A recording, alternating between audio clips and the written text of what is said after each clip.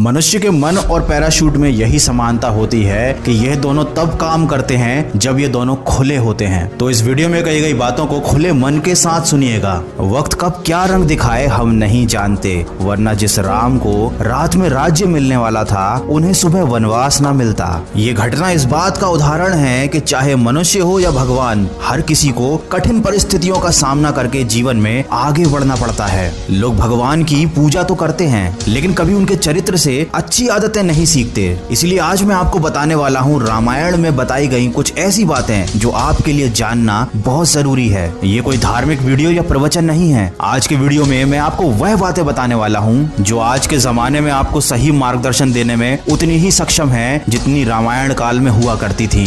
सबसे पहली बात तो भगवान श्री राम ने अपने जीवन काल में कभी कोई ग्रंथ नहीं लिखा और न ही उन्होंने कभी प्रवचन दिए। उन्होंने कभी खुद को ईश्वर का अवतार बताकर समाज से बुराइयां मिटाने का कभी कोई अभियान भी नहीं चलाया था, बल्कि उन्होंने अपना जीवन ऐसे बनाया ताकि लोग उनसे सीख सकें। अपने जीवन में आने वाली हर परेशानी और हर कठिनाई को उन्होंने हंसकर स्वीकारा और अपने जीवन को एक उदाहरण बताकर यह बताया कि जीवन एक ऐसा सफर है जहां इंसान को हर तरह का अच्छा बुरा तजुर्बा मिलता है। अच्छे पलों का तो हम भरपूर आनंद उठाते हैं, पर मुश्किल की घड़ी में अक्सर अपने भाग्य को कोसने लगते हैं। ये बात हम सभी जानते हैं कि वक्त कैसा भी क्यों ना हो, अपने साथ कोई ना कोई सबक लेकर जरूर आता है, लेकिन कभी कभी हम उस सीख को समझ पाने में सक्षम नहीं हो पाते।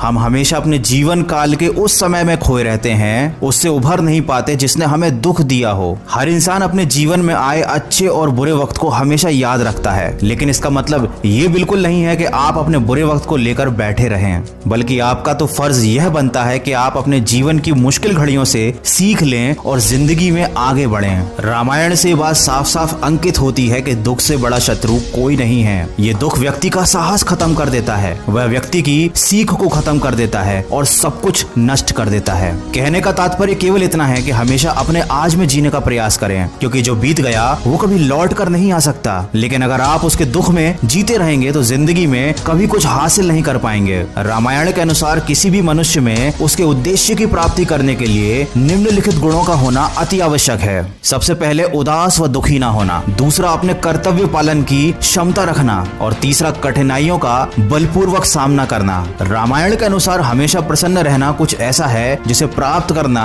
असंभव है। कहने का यह तात्पर्य है कि प्रसन्नता और दुख ये दोनों जीवन में आते जाते रहते हैं। ऐसा हो ही नहीं सकता कि लगातार सिर्फ प्रसन्नता जीवन में बनी रहे। इसलिए अपने दुखों से हार कर जीवन का अंत कर देने में कोई भलाई नहीं होती, बल्कि सुख और आनंद का रास्ता जीवन से ही निकलता है। जो व्यक्ति हमेशा अच्छा और मीठा बोलता है, हर समय अपनी भाषा का ध्यान रखता है, किसी भी परिस्थिति में बुरे शब्दों का इस्तेमाल नहीं करता, वह व्यक्ति जीवन में हमेशा प्रगति करता है। ये शाश्वत सत्य है कि बोलने से पहले शब्द मनुष्य के वश में होते हैं, किंतु बोलने के बाद मनुष्य शब्दों के वश में हो जाता है। ये बोले गए शब्द एक ऐसी चीज है जिसकी वजह से इंसान या तो दिल में उतर जाता है या फिर दिल से उतर जाता है। इसलिए हमेशा बातों को ध्यान पूर्वक कहें, क्योंकि हम तो कहकर भूल जाते हैं लेकिन लोग उन्हें हमेशा याद रखते हैं। भगवान राम को मर्यादा पुरुषोत्तम कहा जाता है, क्योंकि वो हमेशा अपनी मर्यादा में रहे, अपने अनुशासन का पालन करते रहे। और ये बात हमें सीखने को मिलती है कि अनुशासन सुखी जीवन के लिए सबसे महत्वपूर्ण है। मर्यादाएं जीवन में आने वाले संघर्षों से जूझने की शक्ति देती हैं। अच्छी संगति मनुष्य की तरक्की के लिए बहुत जरूरी है। अगर वो गलत संगत में है तो उसके जीवन में आगे बढ़ने का रास्ता रुक जाता है। जैसे कैकेयी ने दासी मंथरा की गलत बातों में आकर भगवान राम को